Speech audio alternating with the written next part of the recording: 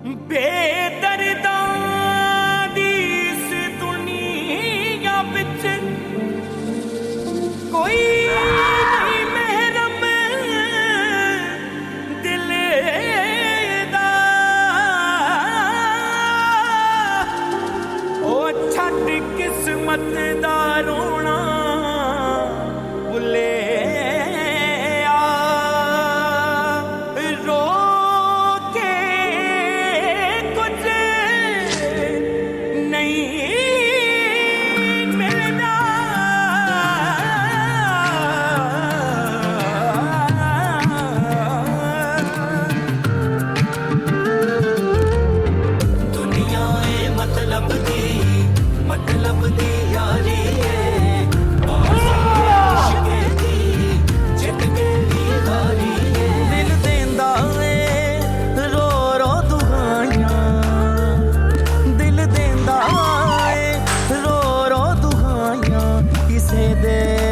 प्यार ना करी दिल देंदा ए रो रो दुआयां। इतना वक्त और इतना पैसा जाया करने के बावजूद मुझे क्या मिला? सिर्फ 4 ब्लॉक्स का ठेका, और वो करोड़ों रुपए का फायदा उठा रहा है, और मैं? दिल छोटा मत करो जफर, ये 4 ब्लॉक्स का ठेका तुम्हारी सलाहियतों का इम्तिहान है।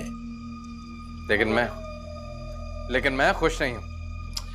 बात तुम्हारी खुशी की नहीं है, बात तुम्हारी लिमिट की है। तुमने ये सोचा कि प्रोजेक्ट स्टार्ट करने के लिए पैसा कहां से आएगा? बहुत सारे इन्वेस्टर्स हैं मार्केट में, और मेरी माँ के पास भी तो बहुत सारा पैसा है। तुम्हारी माँ के पैसों को तो भूल ही जाओ। इरफान के कब्जे में है, वो तुम्हें फूटी कोड़ी भी नहीं देगा। इरफान अगर मेरी बात नहीं माना तो फिर दूसरा तरीका है मेरे पास उससे बात बनवाने का। बेटा जफर, तुम इरफान को भी समझे नहीं। सोने का चमचा लेके तुम पैदा हुए, लेकिन वो आदमी गुर्बत की आग में भट्टी बनकर परवान चढ़ा है, और उसकी रग रग में कूट कूट कर मक्कारी भरी हुई है। आप इतना सब कुछ कैसे जानते हैं उसके बारे में? अच्छा, इस बारे में हम बाद में बात करेंगे। तुम कराची पहुंचो, हमने ये सोचना है कि काम स्टार्ट करने के लिए पैसा कैसे इकट्ठा करना है। Okay, bye.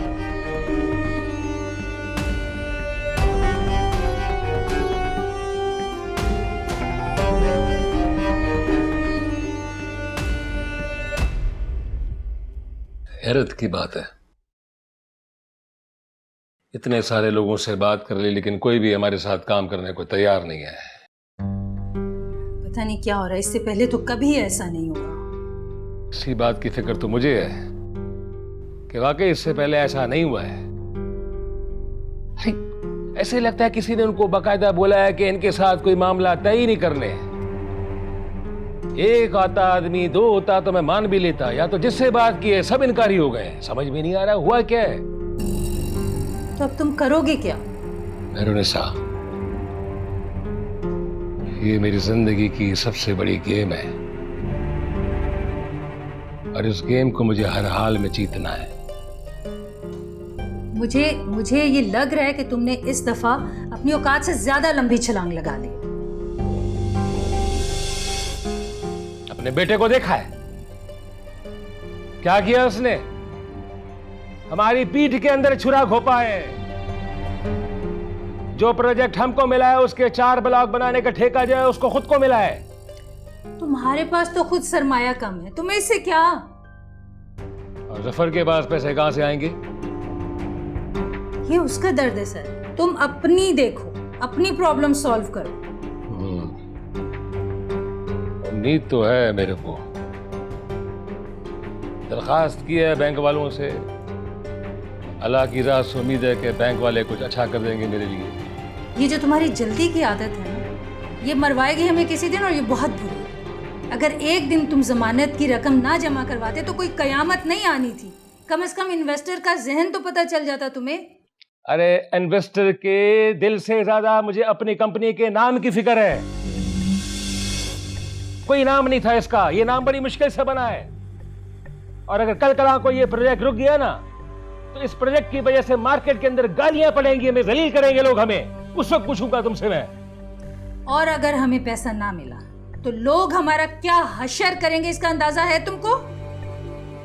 मैं इसकी नौबत ही नहीं आने दूंगा मेहरबान साहब। ये प्रोजेक्ट जो है कंप्लीट होगा और इसे कंप्लीट भी हमारी कंपनी करेगी। I hope so. विश तो मेरी भी यही है।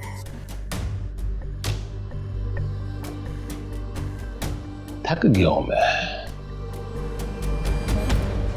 बुरी तरह थक गया हूं।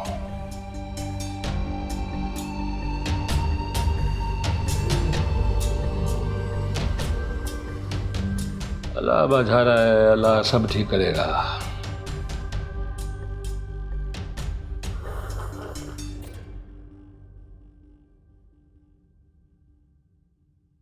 आपको क्या लगता है कि बैंक क्या रिस्पॉन्स देगा? आप गारंटियर उनको दे दो, आपका काम हो जाएगा। कहीं आपको ऐसा तो नहीं लगता कि हमने इस काम में हाथ डाल के बहुत बड़ी गलती कर दी? हाँ, इरफान साहब ने गलती कर दी है, हो गई गलती उनसे। वो समझ रहे थे कि मार्केट से 50-60 करोड़ रुपया वो उठा लेंगे, लेकिन इस तरह तो हमारे 10 करोड़ रुपए डूब जाएंगे। इरफान साहब इतनी आसानी से हार नहीं मानेंगे। मैं शुरू से उनके साथ हूँ, कुछ ना कुछ हल निकाल लेंगे वो। लेकिन उनके पास कुछ भी नहीं है जीतने के लिए। हाँ शिराज बेटा, इस दफ़ा मामला कुछ और है। सच तो ये है कि हुकूमत को ज़मानत के तौर पे 10 करोड़ रुपया तो दे दिया है। अब हमारे पास बचा क्या? करोड़ 1.5 करोड़ रुपया बस। क्या कह रहे हैं आप? मैंने तो माहीन को आज ही 5 करोड़ का चेक दिया। वो तो बाउंस हो जाएगा।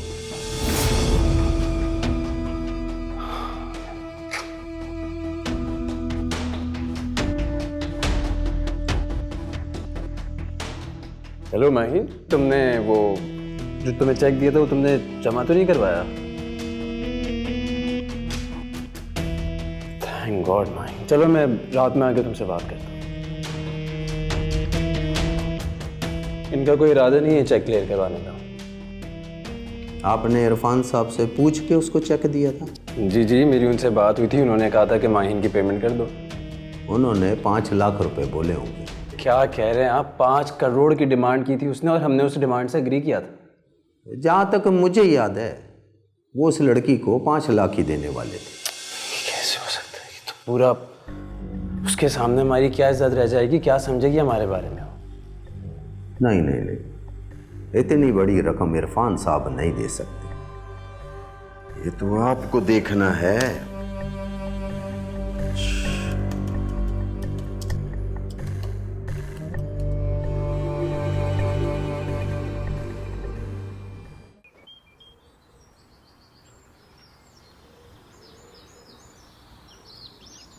अरे बाबा, चेक देते वक्त घट में घट मुझसे पूछ तो लेता। आपने तो कहा था कि उसको चेक दे दो। मैंने कहा था कि 5 करोड़ रुपया उठा के उसको दे दो, ये कहा था मैंने। देखिए, माहीन ने 5 करोड़ रुपए मांगे थे और आपने इस बात से एग्री किया था। अब ये कैसी बात है अंकल? क्या हो गया तेरे को? अरे बाबा, जबान से निकाला हुआ हर लफ्ज जो होता है वो आखिरी लफ्ज नहीं होता। देखिए अंकल, मुंह से निकला हुआ हर लफ्ज अपनी एक वैल्यू रखता है और अगर आप अपने वादे का पास ना रखें, दुनिया में आपकी कोई इज्जत नहीं करता। ये राज मेरे को पासदारी का सबक ना पड़ा। खैर अंकल, मैंने तो माहीन को चेक दे दिया। अब ये आपकी जिम्मेदारी है कि उसे पैसे मिल जाने चाहिए। जब पैसा आएगा तो दे दूंगा।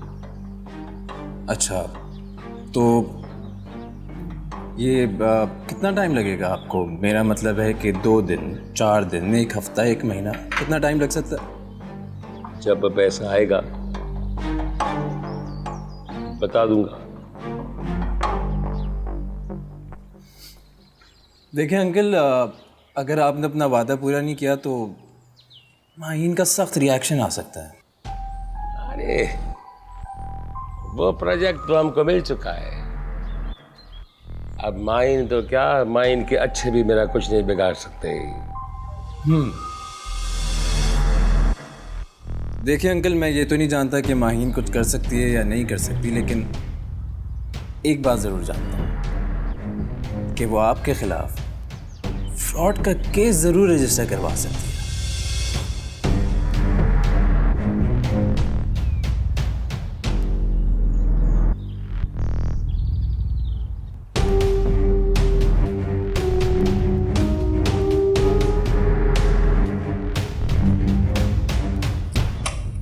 कारोबार में ज़बान की कीमत अपनी जगह है मेरे साहब, पर मैं पैसों को तरजीह देता हूँ।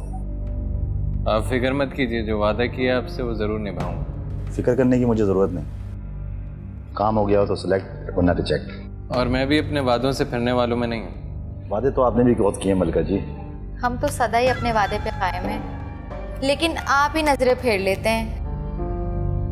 तो बताइए फिर कब से हम काम शुरू करें? बस माल मिल जाए, काम स्टार्ट हो जाएगा। ठीक है। माहीन, सॉरी, मुझे नहीं पता था कि अंकल अपने वादे से मुकर जाएंगे। तुम तो नहीं मुकरोगे ना? नहीं, मैं हमेशा तुम्हारा साथ दूंगा। बस मुझे किस बात की परवाह? अगर तुम मेरा साथ दोगे तब तो पूरी दुनिया से लड़ सकती हूँ मैं। अच्छा, अब ये जब भी हमारी बात होती है तो तुम इतने कंफ्यूज क्यों हो जाते हो?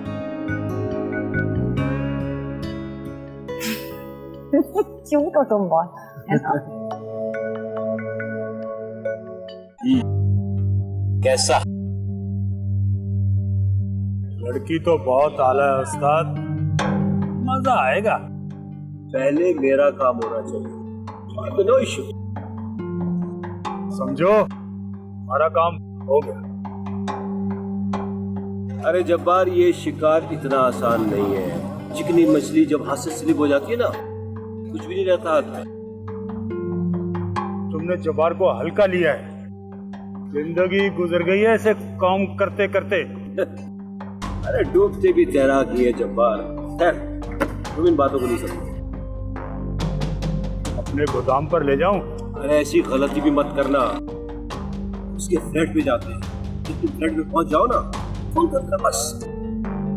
उस्ताद, फ्लैट पर मुश्किल हो जाएगी।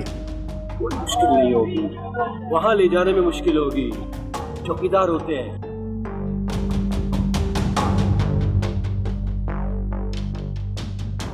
ये लो 10,000, ओके? और बाकी काम होने पे। उस्ताद, पैसे कम नहीं है? भूल जाते हो जब्बार, बोनस भी तो दे रहा हूं।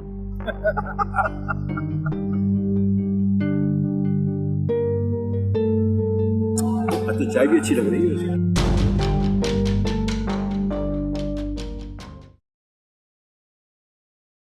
ये तो बहुत बुरा हुआ। अगर पैसों का बंदोबस्त नहीं हुआ तो तुम लोगों की कंपनी तो बिल्कुल जीरो हो जाएगी। अंकल की यही तो प्रॉब्लम है माहीन। अगर कहो तो मैं किसी से बात करूं? रकम बहुत बड़ी है माहीन, तुम क्या करोगी, कहाँ से करोगी? पापा के एक तो बड़े क्लोज फ्रेंड्स हैं, I know I can talk to them, और आई एम श्योर मिलजुल के कुछ ना कुछ बंदोबस्त हो जाएगा। मिलजुल के कुछ हो जाएगा? कोई टमाटर नहीं है कि हम खेत जाएंगे, तोड़ेंगे और टुकड़ा भर के ले आएंगे?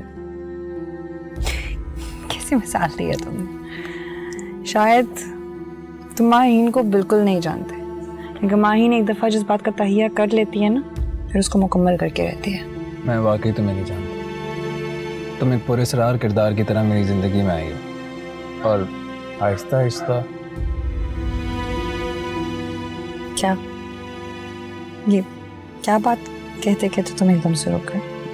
क्योंकि मुझे नहीं पता मैं क्या सोच रहा हूँ और क्या बोल रहा हूँ, क्या कहना चाहता हूँ। देखो, जो भी कहना चाहते हो एकदम बेबाक होके बोलो। कहा ना माहीन, मुझे नहीं पता कि मैं क्या कहना चाहता हूँ। तो फिर मैं रिजवी अंकल से बात करती हूँ। नहीं, मेरे ख्याल से पहले अंकल को खुद कर लेने दो। ठीक है, अगर तुम कहते हो तो। But I just want to let you know कि तुम परेशान मत होना, बिकॉज अगर हमारे पास गारंटी के लिए पेपर्स पड़े हुए हैं तो समझो कि 50 करोड़ तो अपनी जेब में ही है। तुम बहुत संजीदगी से मजाक कर लेते हो। मेरी पूरी जिंदगी एक मजाक है जिसे मैं बड़ी संजीदगी से जी रही हूँ।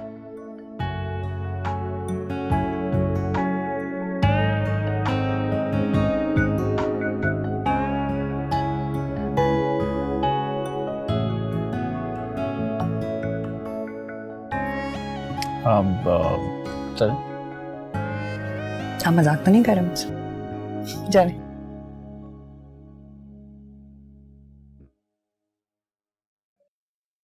मुझे पहले ही शक था इरफान उस लड़की को कुछ भी नहीं देगा। मेरे को लगता है कि इस प्रोजेक्ट की वजह से इरफान और शिराज में दरार पड़ जाएगी। पड़नी भी चाहिए, पर कि तुम कोशिश करो कि ये दरार लड़ाई में बदल दो, और ऐसी लड़ाई कि शिराज इरफान के सामने खड़ा हो जाए। नहीं नहीं सलीम भाई, ऐसा होना तो बहुत मुश्किल है। तुम्हारे लिए मुश्किल होगा इब्राहिम, सफर के लिए नहीं। खैर, चेक लाया? हाँ चेक क्यों नहीं, लाया हूं चेक। ये ले। अब इस चेक पे तो दावत बनती है ना? सिर्फ दावत नहीं, और भी कुछ होगा।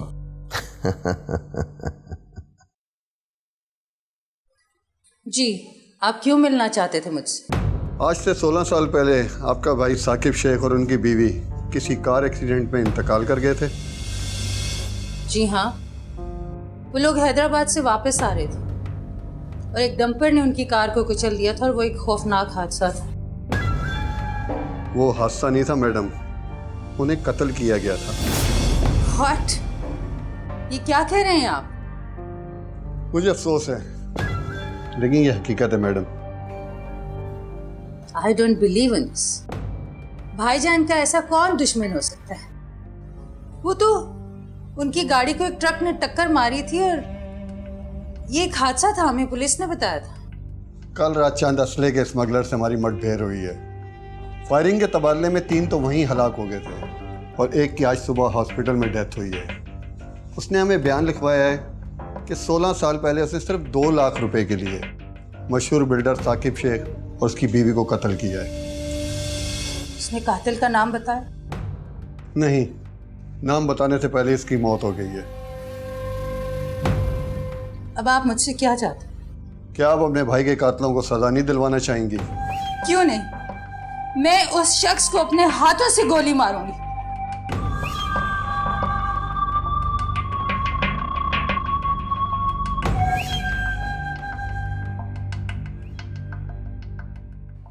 क्या बात है इब्राहिम, मुंह क्यों लटका हुआ है तेरा? क्या तेरे पास कोई खुशखबरी नहीं है मुझे सुनाने के लिए? कोई बात की थी मैंने मोहसिन से, लेकिन वो तो